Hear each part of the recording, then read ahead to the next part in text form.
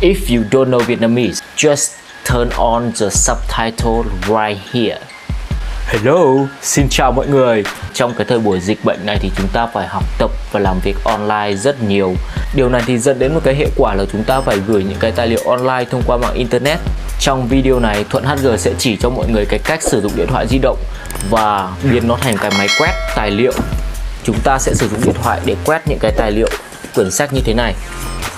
Sau đó là tạo thành một file PDF, một file mềm để gửi online đi bất kỳ đâu. Thì với cái cách này thì chúng ta sẽ giữ được cái chất lượng hình ảnh tốt nhất, cực kỳ là nét và chi tiết. Không dài dòng nữa, chúng ta sẽ bắt đầu ngay thôi nào. Ok, thì sau đây sẽ là thao tác trên điện thoại của chúng ta để có thể biến nó thành một cái máy quét. Đầu tiên là vào ZPlay và tìm cho mình cái từ khóa là Cam Scanner. Sau đó là tải cái phần mềm Cam Scanner này về. Đây là phần mềm miễn phí, phiên bản miễn phí. Do đó có một cái bất lợi là khi chúng ta quét cái tài liệu ra thì sẽ bị dính logo ở trên tài liệu. Thì để khắc phục điều này thì các bạn có thể thực hiện là mua cái phiên bản trả phí của nó với giá là 45.000 đồng. Thì ở đây mình đã mua rồi và mình sẽ chia sẻ cái phiên bản trả phí này hoàn toàn miễn phí ở phía dưới phần mô tả của video. Thì các bạn hãy vào đó để tải về nhé. Thì đầu tiên là chúng ta sẽ mở phần mềm này lên. Đó, mở cái phần mềm Cam Scanner này lên. Sau đó là chọn vào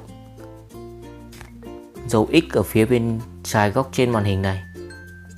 Tiếp theo là chọn vào Use Now. Chúng ta không muốn dài dòng. Use Now, nó cho phép. Rồi, bây giờ thì đây là giao diện chính của phần mềm. Các bạn hãy bấm một cái biểu tượng máy ảnh màu xanh ở phía dưới này để bắt đầu quét. Cho phép. Rồi, thì đây chúng ta sẽ bấm vào dấu X. Đó, đây là giao diện của phần mềm. Thì đây là quyển sách hồi nãy mình đây. Đầu tiên mình sẽ thực hiện là mình chụp từng bức ảnh một từ bìa vào. Đây là chức năng cơ bản nhất nhé. Chụp từ bìa vào và bấm chụp. Đó. Rồi, chúng ta sẽ bấm Next. Sau khi Next xong thì đây là cái hình ảnh mà chúng ta đã quét xong. Có thể chọn màu. Chúng ta sẽ chọn quét không màu hoặc là quét đậm màu. Ở đây thì mình sẽ chọn quét có màu. Và mình sẽ bấm vào cái dấu V ở góc dưới màn hình này. Tương tự như vậy thì chúng ta sẽ có các cái tiếp theo, các cái trang tiếp theo. Đấy, chúng ta cứ như vậy chụp từng trang một. Đó, chụp từng trang một.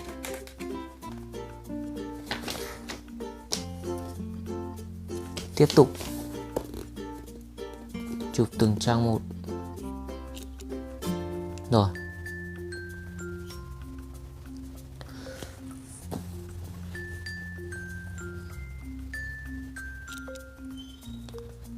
giả sử là chúng ta đã chụp được hết cái tài liệu mà chúng ta cần thì làm thế nào để biến nó thành file PDF?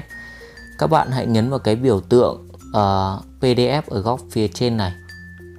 Thì chúng ta sẽ gửi được cái file sang dạng PDF. Nhấn vào nút Share ở trên này là được. Đấy là đối với phiên bản miễn phí. Còn với phiên bản trả phí mà mình chia sẻ thì chúng ta có thể chuyển nó sang dạng file Word để chỉnh sửa, hoặc là thêm những cái như là chữ ký, hoặc là nén file lại. Đó, thì ở đây mình sẽ thử share ra.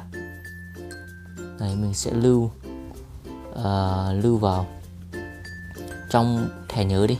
Đây. Vậy là xong, mình sẽ có một cái file PDF ở đây. Mình sẽ mở ra cho mọi người xem thử. Đó, file PDF đã được scan. Các bạn thấy không? Thì cái này là do mình làm vội nên là nó chưa được chuẩn chỉ lắm. Thì các bạn hãy chú ý cái góc cùng chúng ta chụp, làm sao để không cho có xuất hiện bóng trên cái tài liệu như của mình đây, hoặc là nó không bị lóe ở chỗ nào đấy. Đó, vậy thì mình vừa hướng dẫn cho các bạn cách để mà chúng ta quét tài liệu bằng cái phần mềm Cam Scanner và chuyển hóa nó thành file PDF để chúng ta có thể gửi online đi khắp mọi nơi. Thì nếu như mọi người thấy video của mình hay thì hãy nhấn vào nút đăng ký kênh và bật chuông thông báo. Mình rất là cảm ơn sự ủng hộ của các bạn. Hẹn gặp lại các bạn trong những video lần sau.